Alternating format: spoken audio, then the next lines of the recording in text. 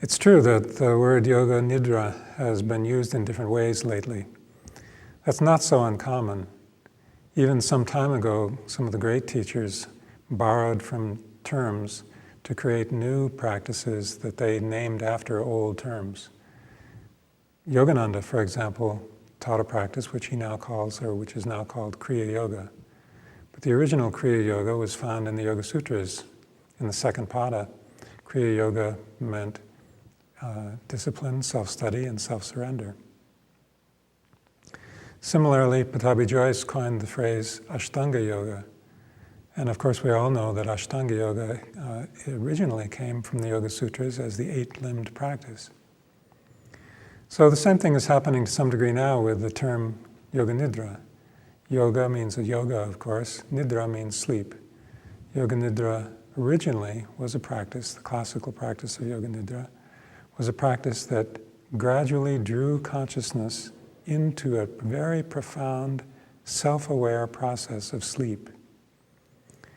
The teacher Swami Rama demonstrated that practice at the Manager Foundation a number of years ago, where he put himself into a deep sleep and then maintained that sleep for 25 minutes while events happened around him, which he then reported back.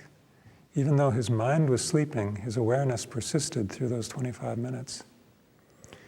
He writes about that in a book called Enlightenment Without God. Not so much the time that he spent at the Manager Foundation, but the philosophy that accompanies Yoga Nidra. And so if you really want to get a sense of what Yoga Nidra consisted of originally, I would recommend trying to find a copy of this book, which I'm afraid is now out of print, called Enlightenment Without God. It describes the stages of practice leading to an awareness of sleep in its pure form. But Yoga Nidra has more recently been used to mean something other than that. A wonderful Swami in India, whose name is Swami Satyananda Saraswati, developed a method which he called Yoga Nidra, based on the idea that there were relaxation methods that he wanted to teach that he found might be more helpfully labeled Yoga Nidra rather than to use some of the early Sanskrit terms for them. And so he created a practice called Yoga Nidra that is essentially a kind of yoga relaxation exercise. And as a result of that use of the phrase Yoga Nidra, other teachers began to practice Yoga Nidra as relaxation. So that now there are teachers who say that they're going to teach weekend workshops on Yoga Nidra that have nothing to do with the original classical meaning of that practice, but have to do with systematic relaxations of various kinds.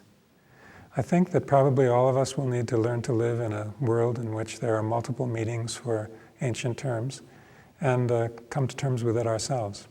And so you should try many of these different methods, see what they are, what they consist of, and just keep in mind that the terms used to describe them are ancient terms, old terms, with practical meanings for the monasteries in India, cave monasteries in India, which are a little different than what they mean now, but they give us all room to practice, and that's the main thing.